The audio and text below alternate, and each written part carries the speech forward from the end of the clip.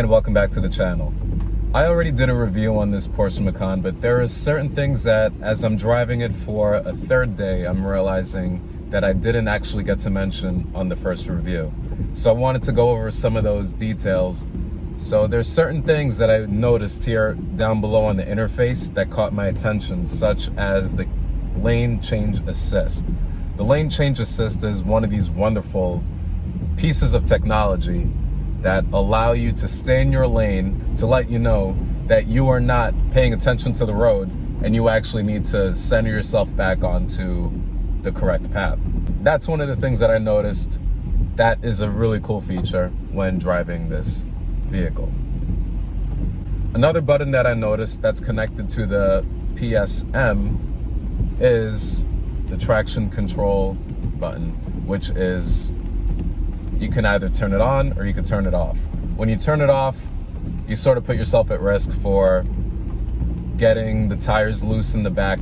So that's a great feature, because if you want to have a little bit of sliding fun, that is certainly one of the options that you can engage in. And it actually takes a good amount of thinking before you can actually turn it off. Like, I actually have to hold down the button for about 3 or 4 seconds in order for me to disengage the traction control button, because that's something that you could accidentally press. You accidentally press, the traction control is off, and you get yourself into a scary situation, and that's not a situation that you necessarily want to engage in. Another button that I saw is the off-road button. The off-road button will actually lift the vehicle several inches, because this is an air suspension vehicle, not a shock and spring system. So the off-road system will allow the car to raise up several inches in order to provide for sufficient ground clearance. Now, by the general appearance of this vehicle, you know that this is not an off-roading vehicle. It was never designed to be an off-roading vehicle, but the off-roading option is there. It is something that some people may engage in, but most of the time, people will not.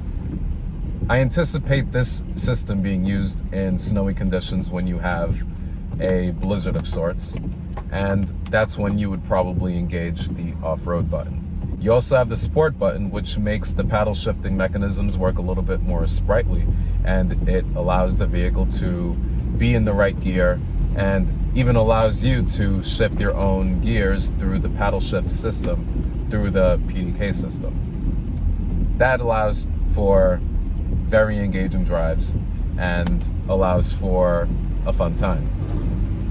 The last feature that I wanted to talk about was the actual gauge cluster, because I had mentioned that it is completely analog in the previous video, which is not entirely true.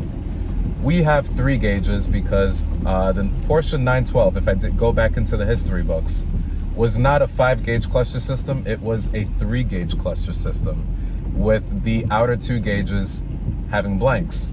In this case, there's no blank gauges, but you do have 3 gauges. You have 3 gauges that are centered behind the steering wheel. And the first gauge is generally analog, and right below it you have your mileage printed down below.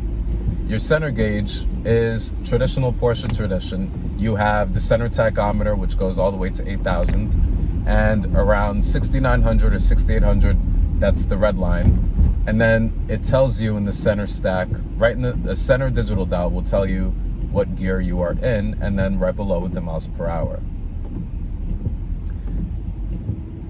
The third gauge is going to tell you more information, and you can actually scroll through this system. The first one is the navigation system. It tells you exactly where you are. Then you have your phone information in case you want to make a phone call. Then you have the radio interface, which will tell you exactly what type of music you're listening to in that moment. And then you have your vehicle temperature information, which is all digital, because a digital readout will be a little bit more accurate than a analog readout. And then you have your torque split. Your torque split will tell you how much power is being delivered to the front wheels and how much power is being delivered to the rear wheels.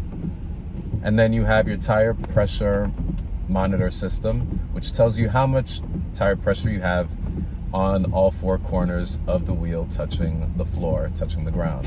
And it is measured in PSI.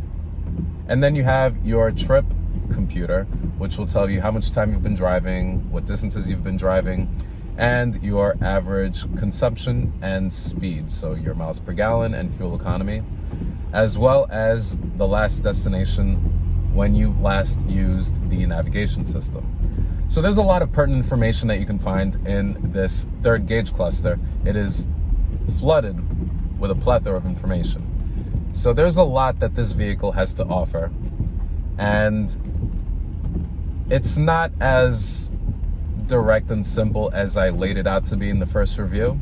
So I wanted to make that correction because this vehicle is loaded with technology, and it is a 2020 vehicle, so it has to be loaded with technology because it is the most modern, the latest and greatest, and it has to justify its $50,000 plus price point. So with that said, please consider subscribing to my channel if you have not already. Also, thank you for watching. I really appreciate your time. It's been fun, and I look forward to more reviews. In the comments down below, please tell me what type of content you want to see so I can entertain the audience, because to me that's important. You guys are spending your hard-earned time on watching my channel, and for that I am truly humble. So thank you for watching, and I look forward to the next video. Appreciate your time. Thank you.